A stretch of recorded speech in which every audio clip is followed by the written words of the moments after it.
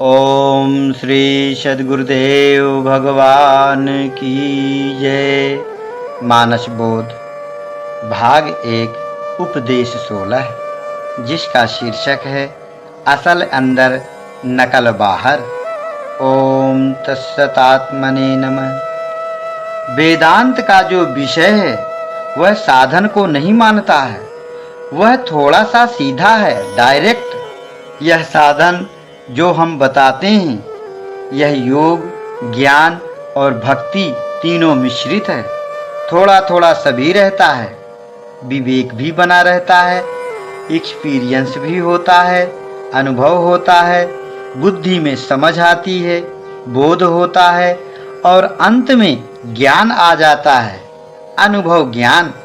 इसे योग या राजयोग की साधना कह सकते हैं, अध्यात्म योग कह सकते हैं। योग की प्रक्रिया थोड़ी अच्छी मानी जाती है। इससे क्या होता है कि जितनी शरीर में कुंडलनियां हैं वो सब जागृत होती हैं, उनसे ताकत मिलती हैं और दूसरे अनुभूतियां मिलती हैं। योगी काल करके बाधित नहीं हो सकता, देश करके बाधित नहीं होता है। वह जानता है कि आगे क्या आने वाला है, कोई घटना आने वाली है। और जो वेदांती है वह यह सब नहीं मानता है, इसलिए मार खा सकता है।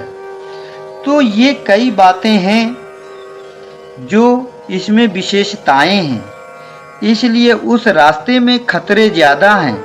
शेर भी मिल जाते हैं, चीते भी मिलते हैं, भालू भी मिल जाते हैं, सर्प भी मिल जाते हैं और डाकू भी मिल जाते हैं और लूट लेते हैं।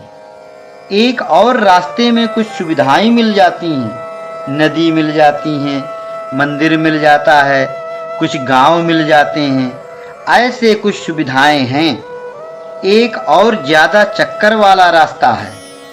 ऐसे ढंग से ये जो इंडिपेंडेंट महात्मा नहीं होते, ये जो आचार्य संत या संप्रदायी संत हैं, मजहबी लोग हैं, उन लोगों ने ये सब निर्मित कर लिए हैं।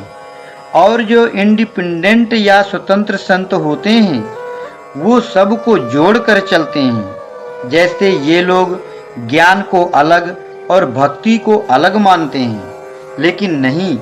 देखिए गोस्वामी जी कहते हैं, ज्ञान ही भक्ति ही नहीं कछु भेदा, उभय हरहि भव संभव खेदा। इनमें भेद नहीं है, पंथ जात सोहहि मति धीरा, ज्ञान भक्ति जनु धरे शरीरा। ज्ञान मनु और भक्ति शत्रुपा। ज्ञान को पति बना दिया, भक्ति को पत्नी बना दिया। और पति पत्नी एक ही होते हैं, एक ही गाड़ी के दो पहिए हैं, इसलिए दोनों एक हैं।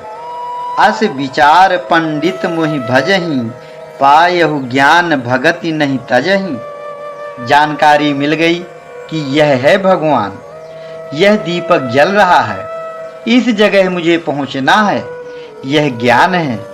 अब इसमें फोर्स के साथ लपट पड़े, छोड़े ना, तो वह भक्ति है। जानकारी और गति दोनों मिलकर एक हो गए, इनमें कोई अंतर नहीं है। तो अगर गुरु महात्मा के मुंह से इसे कहलाना है तो वे दोनों को एक में मर्ज करके विलय कर देंगे। जो अच्छे महात्मा होते हैं और जो आचार पद्धति वाले होते हैं, शास्त्र ज्ञानी होते हैं, वाक्य निपुणता की पद्धति वाले होते हैं, वे यह झगड़ा खड़ा कर देते हैं कि ज्ञान ज्ञान है, भक्ति भक्ति है। वे सोचते हैं कि हम ऐसी व्याख्या कर दें कि इनके दिमाग ही काम ना करे पब्लिक के। लोग सोचेंगे कि यह बड़ा भारी विद्वान है, यह एक चीज के 50-50 अर्थ करता है। लेकिन साधक से ठीक उल्टा है। यह साधक को 50 अर्थ के चक्कर में नहीं पड़ना चाहिए। एक अर्थ का आधा अर्थ करे, पाव करे, अर्थ वह अच्छा माना जाएगा।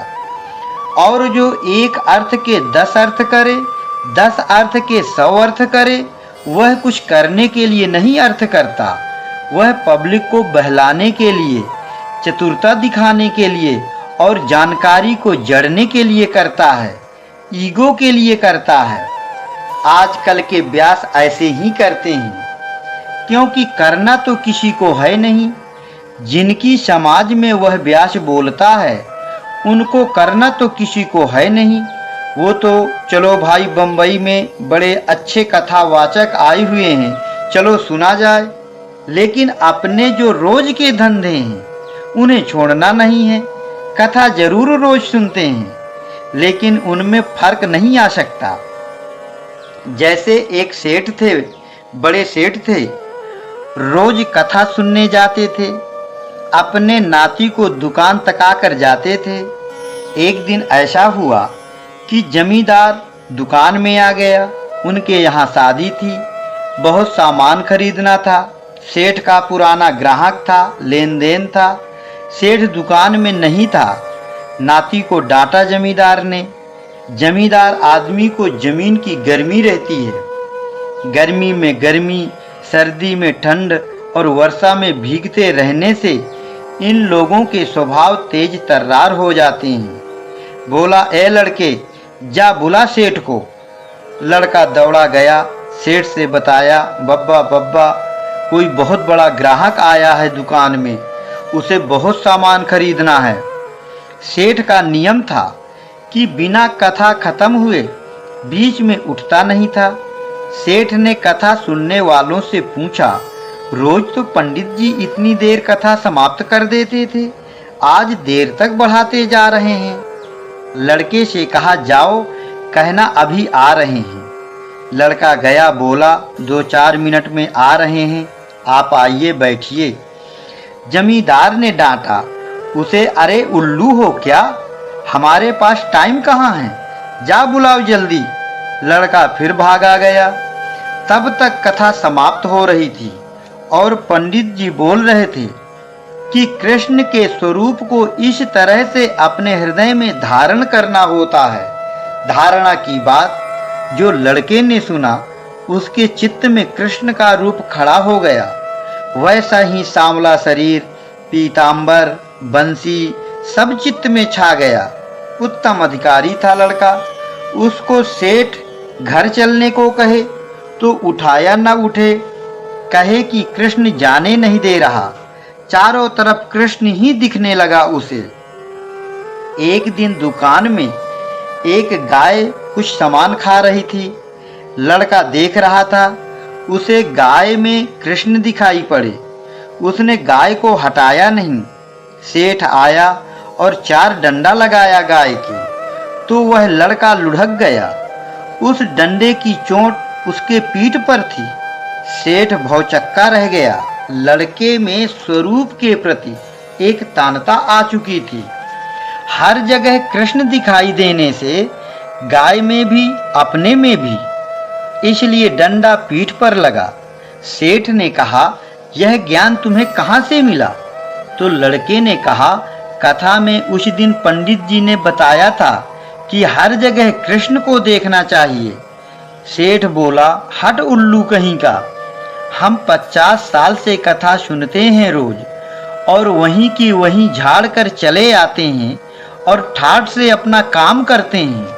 और एक तू बेवकूफ जो कल ही कथा सुना, आज ही डंडा खा गया। लड़का तो उत्तम अधिकारी था, निकल गया, भगवान का भक्त हो गया। तो ऐसे भी कथाकार होते हैं और सुनने वाले भी ऐसे होते हैं। सत्संग का मतलब है कि हम करने में लग जाएं, फिर पीछे मुड़कर न देखें, आगे ही आगे बढ़ें। ऐसे ही एक बहुत बड़ा समझदार आदमी घोड़े पर बैठकर जा रहा था। एक जगह कथा हो रही थी, उसमें उसने जाते जाते सुन लिया कि अगर कोई पेड़ के नीचे खड़ा है और ऊपर से उसकी झोली में सांप गिर पड़े, तो क्या वह देखेगा कि यह सांप काला है कि गोरा है कि गेहुआ है कि कैसा है? उसे तो जल्दी जल्दी फेंकेगा।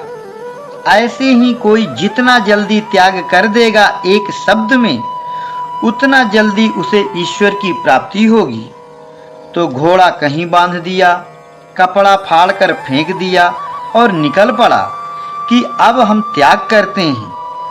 घूमते घामते 12-14 साल में फिर उधर से निकल पड़ा तो फिर भी कथा हो रही थी। तो पता किया कि कथा कब से हो रही है। मालूम हुआ कि बहुत दिनों से हो रही है और 20 साल से श्रोता आकर रोज सुनते हैं। उसने कहा, मुझे तो शास्त्र का एक चपका, एक कोड़ा लगा था, तो आज तक होश नहीं है। और वे कैसे लोग हैं जो रोज कोड़े खाते हैं और बैठे रहते हैं। तो इस तरह से जब हम ईश्वर का भजन करते हैं और जब हमारे पास 10 पैसा फोर्स है तो 90 पैसा माया का फोर्स होगा। और अगर हमारे पास भजन का 50 पैसा होगा तो माया का 50 पैसा होगा। और भजन वाले को 60 तक बढ़ा दें तो इसकी ताकत बढ़ जाएगी, माया कंट्रोल हो जाएगी। बस यही तो है, दो पलड़ा चलते हैं इधर उधर, यही तो उल्टा पुल्टी है। हाँ, बस अब जैसे हम 100 पैसे माया में फंसे हैं, 1 पैसा भजन करने लगे तो उधर माया में रह गए 99 पैसे। अब हमारा काम है कि हम इस 1 पैसे की रक्षा करें, यह जाने न पाए और प्रयत्न में लगे रहें कि 1 पैसा और बढ़ जाए। अगर बढ़ गया तो 2 पैसे हो गए और 98 उधर हो गए, फिर 3 हो गए तो उधर 97, इस तरह 96, 95, 94, 93, 92, 91 माया की उल्टी गिनती होने लगी। इस तरह से धीरे धीरे 50 के ऊपर भजन को ले आना है। बस फिर कोई दिक्कत नहीं, किसी भी तरीके से हम करें। हजारों तरीके हैं, स्पीड पकड़ो, फोर्स लगाओ तो जल्दी सफलता मिलेगी। धीमी गति में ऊपर से अटैक हो सकता है, स्पीड में उस पर तुम्हारा अटैक होगा और जल्दी प्रगति होगी। विजातीय ताकत सजातीय में ट्रांसफॉर्म होती जाएगी। भजन ध्यान सब आ जाएगा। कोई भी प्रसंग हो, कोई भी अंतःकरण में तर्क हो, कोई भी मन में अंदर शंका तैयार हो, उसका हल होना चाहिए। अगर साधक के अंतःकरण में तर्क तैयार हुआ और उसका समाधान नहीं होता तो वह साधना नहीं कर सकता। एक शंका तैयार होगी, दूसरी होगी।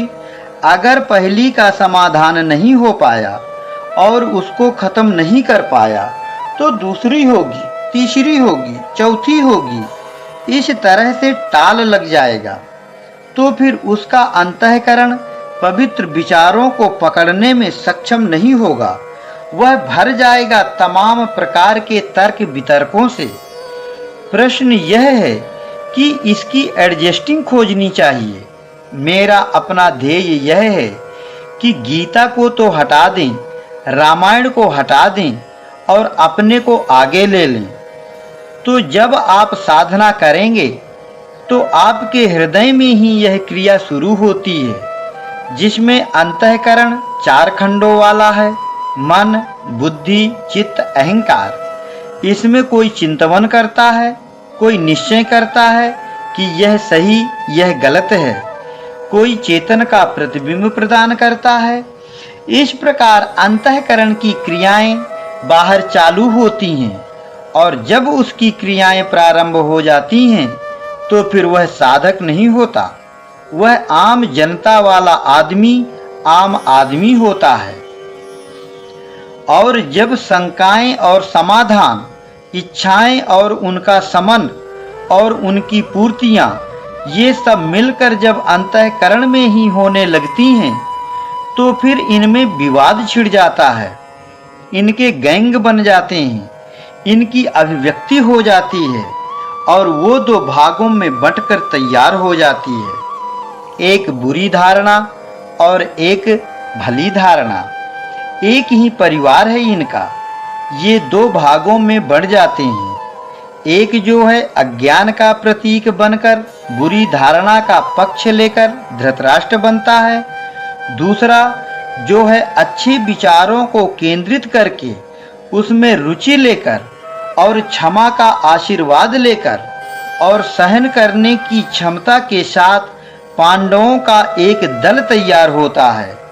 ये दो तरह की प्रक्रियाएं हर मानव के अंतःकरण में जागृत होती हैं और ये दोनों प्रक्रियाएं परस्पर एक दूसरे के प्रति विरोधी रहती हैं, हमेशा युद्धरत रहती हैं, हमेशा एक्शन रिएक्शन होता रहता है। एक इसको मानेंगे तो दूसरे कहेंगे हम इसको नहीं मानेंगे, एक इसको सही मानेंगे तो दूसरे गलत मानेंगे। ये जो दो प्रकार के बन गए हैं, इनमें एक को गुणों की पलटन और एक को अवगुणों की पलटन कह सकते हैं, या सजातीय और विजातीय कहकर इन्हें पुकारते हैं। कोई तो इन्हें दैवी संपदा और आसुरी संपदा कहकर पुकारते हैं, कोई इन्हीं को विद्या क्षेत्र और अविद्या क्षेत्र कहता है। तो अब यह दो पलटन बनकर तैयार हो गई। अब उनमें खलबली मचती है। यह जो शांति है जीवात्मा में, वह शांति छिन जाती है। वो दबते चले जाते हैं, ये उभरते चले जाते हैं। एक के अंदर क्षमता तैयार हो जाती है, दूसरे के अंदर ईगो तैयार होता है। यह ऑटोमेटिक सिस्टम है। तो इस तरीके से वो पांडु पुत्र कहलाते हैं, ये धृतराष्ट्र पुत्र कहलाते हैं। ये दुर्गुणों के केंद्र कहलाते हैं, वो सद्गुणों के केंद्र कहलाते हैं।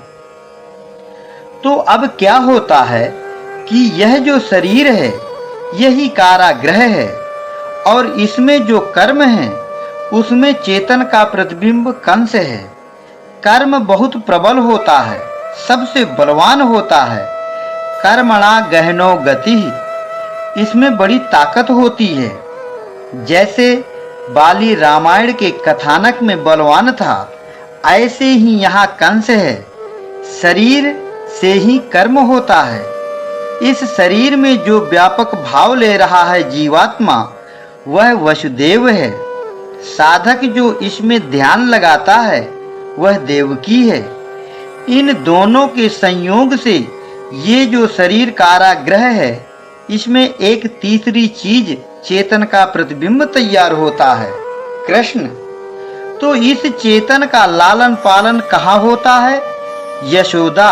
यशोदा कहते हैं भक्ति को। नंद बाबा नियम हैं। तो जब हम नियम से रहने लगेंगे और भक्ति करने लगेंगे, तब ईश्वरीय भाव बढ़ेगा। गो नाम इंद्रियों को हमें चराना है, बस इन्हीं को हमें रोकना है। यही इंद्रियां कभी गाय बन जाएंगी, कभी गोपी बन जाएंगी। जब स्थूल स्तर की साधना होगी तो गाय बन जाएंगी, फिर सूक्ष्म में यही इंद्रियां गोपी बन जाएंगी, अनुकूल बन जाएंगी, उसके इशारे पर नाचेंगी। वाणी रूपी बंसी है। वाणी में जब प्रभाव आ जाता है तो सब आकर्षित हो जाते हैं, प्रभावित हो जाते हैं। यह सारी रचना रच जाती है। साधना करने से साधक के अंतःकरण में फिर आगे चलकर दिल रूपी द्वारिका में पहुंच गए तो वहां प्रसंग आ गया दूसरा। पांडवों को, सद्गुणों को राज का अंश नहीं दिया जाएगा। सुई की नोक के बराबर जमीन नहीं दी जाएगी। इन्हें देश निकाला दे दिया जाएगा। छल से, झूठ से, बेईमानी से इन्हें पसंगा नहीं माना जाएगा। ये सब दुर्गुण बड़े बलवान होते हैं। मोह रूपी दुर्योधन, दुर्बुद्धि रूपी दुशासन, ऐसे बड़े बड़े बलवान हैं उस तरफ। कर्म रूपी कर्ण है, भ्रम रूपी भीष्म पितामह है, द्वैत का आचरण रूपी द्रोणाचार्य है। इस तरह से सब बड़े बड़े योद्धा हैं। ये सत्यवादी हैं। समाज की दृष्टि से इनकी बड़ी आवश्यकता है। इस तरह से इनके प्रभाव से यह सब विजातीय बढ़ते चले जाते हैं कि भाई इनको तो कोई जीत ही नहीं सकता, इनकी तो कभी हानि हो ही नहीं सकती। आत्मा रूपी कृष्ण है, तो जब त्याग हो जाता है, सद्गुरु मिल जाते हैं, इष्ट देव कहो कुछ भी कहो, तो यह गाइड करता है, डायरेक्ट भी करता है, इनडायरेक्ट भी करता है, पहले से भी करता है और पीछे भी करता है। वह लगा ही रहेगा, चाहे उसे जरासंध परेशान करे, चाहे उसे दिल रूपी द्वारका में बसना पड़े, चाहे मन रूपी मथुरा को छोड़ना पड़े, कुछ भी करना पड़े, लेकिन वह अपने काम पर रहेगा। तो इस तरीके से यह बराबर संघर्ष साधक के अंतःकरण में चलता है। नाम इसका है महाभारत। महा कहते हैं डिग्री को, भा कहते हैं ज्ञान को, रत कहते हैं लगा रहने को। महान ज्ञान में जो लगा रहे उसका नाम है महाभारत। वहाँ ये ढाल तलवार बाण कुछ नहीं है, यह सब चित्त पट तो यही हो रहा है अपने अंदर। साधक वही हो सकता है जो इसे देखे समझे। जब हम साधना करेंगे और बलात् विघ्न हमारे सामने आएगा, तो उसको जब हम सहन करेंगे तो वह वंदनीय त्याग होता है। और त्याग का जब सहारा लेंगे तो हम स्वाभाविक उठ जाएंगे। हाँ, अगर हमें यह बुरा लग गया और उठ नहीं पाए और एनर्जी खत्म कर दिए, तो फिर दूसरी बात बन जाएगी, फिर वह साधना नहीं रह जाएगी। साधना यह है कि हम उसमें लगे हैं और कोई बलात् विघ्न आ गया तो हम उसका बुरा नहीं मानते। हम मानते हैं कि भगवान परीक्षा ले रहा है। कोई रोग आ गया तो हमें मानना चाहिए कि भगवान हमारी मदद कर रहे हैं। हमारी तपस्या से यह खत्म नहीं हो रहा था, तो भगवान ने सोचा कि इसको रोग दे दो, इसको भोग लेने से इसका पाप खत्म हो जाएगा। तो यह भगवान की बड़ी भारी आह्लादनी कृपा है।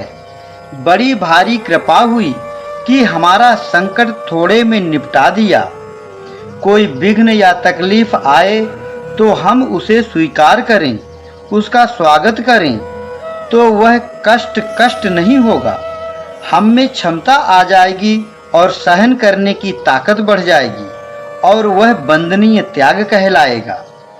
जहाँ त्याग का सहारा हुआ तो हम साधन में आगे बढ़ जाते हैं, आगे की भूमिका बन जाती है। इस तरह से साधक आगे बढ़ता जाता है। तो वो सद्गुण रूपी पांडव ऐश्वर्य स्वरूप श्री कृष्ण के हाथों में शरीर रूपी रथ और इंद्रिय रूपी घोड़े और मन रूपी लगाम सौंप देते हैं। अर्जुन कहता है, मैं आपका शिष्य हूँ, मैं इस समय कुछ नहीं सोचता और न कोई निर्णय लेने के योग्य हूँ। मुझे परेशानी है, बस मैं आपको चाहता हूँ। मैं राज्य नहीं चाहता, मैं आपको चाहता हूँ। जब ऐसा ध्येय दृढ़ निश्चय बन जाता है, तब कृष्ण अनुकूल हो जाते हैं, आत्मा अनुकूल हो जाती है। तब कृष्ण कहते हैं, अब मैं तुम्हारा काम करूँगा, अब मैं तुम्हारा योगक्षेम सब संभालूंगा, तेरी रक्षा करूँगा। रक्षा करने में बड़ी दिक्कतें हैं, बड़ी बड़ी पेचीदगी हैं, बड़ी बड़ी शर्तें हैं। हर प्रकार से अर्जुन को मार देने में कर्ण सक्षम था। उसके पास ऐसे ऐसे युद्ध कौशल थे कि अर्जुन को मार सकता है, उससे भी बचाना है। फिर पितामह भीष्म से तो कोई बच ही नहीं सकता, उससे भी उन्हें बचाना है। यह सब कला गुरु जानता है, यह इष्ट देव जानता है और बचा ले जाता है। अब इसको कैसे अपने में लाना है, यह सोचिए। जो हम तुमसे कह रहे थे कि यह जो छा गया है बाहर का नाटक, यह अंदर आ जाए, बाहर न रह जाए। यह दुनिया बदल जाए। हम कहते हैं दुनिया उल्टी है, वह दुनिया अंदर वाली आ जाए तो सही हो जाए। वह दुनिया जब आ जाएगी तो उस दुनिया के दिन में दिखाई पड़ेगा दूर तक और कम्युनिकेशन हो जाएगा ईश्वर से। और इस दुनिया में इसमें पर्दे लगे हुए हैं, हमारी पूरी एनर्जी इनमें ढक जाती है, तो यह उल्टी है दुनिया। और जब अंदर की हो जाएगी तो सीधी हो जाएगी। तो अब प्रश्न आ गया, अब आ गया गीता का मौका। अब यह संघर्ष रुक नहीं सकता, सजातीय विजातीय दोनों खड़े हैं। अब जरूरत है गीता की, अब ज्ञान की जरूरत है। हर प्रकार का ज्ञान बताया जाता है। क्या यह उचित है तुम्हारे लिए? क्या यह संन्यास योग ठीक है? द्वितीय अध्याय में बहुत बड़ा ज्ञान दिया है और सबसे ज्यादा उपदेश है उसमें। बहुत अच्छा लिखा गया है। करीब करीब सब अध्यायों में ज्ञान दिया गया है। थोड़ा भेद दे दे करके कहीं संन्यास योग है, कहीं कर्म योग है, कहीं भक्ति है, कहीं ज्ञान का ही है, कहीं संन्यास निष्काम कर्म योग है, कहीं विद्या अविद्या का है। हर चीज को ले लिया गया है, कोई रह न जाए। और अगर एक भी गुण आ जाए तो सभी गुण आ जाएंगे। यह आध्यात्मिक विषय ऐसा है, अगर तुम वैराग्य को ले लो तो ज्ञान आ जाएगा, विवेक आ जाएगा, धर्म आ जाएगा, सब आ जाएंगे। या धर्म को ले लो तो सब आ जाएंगे, त्याग को ले लो तो सब आ जाएंगे, अनुराग को ले लो तो सब आ जाएंगे। और अगर तुम दुर्गुणों में एक को ले लो तो सब आ जाएंगे। मोह भी आ जाएगा, लोभ क्रोध सभी आ जाएंगे। जितने दुर्गुण हैं सब एक दूसरे से जुड़े हुए हैं। ओम श्री सद्गुरुदेव भगवान की जय।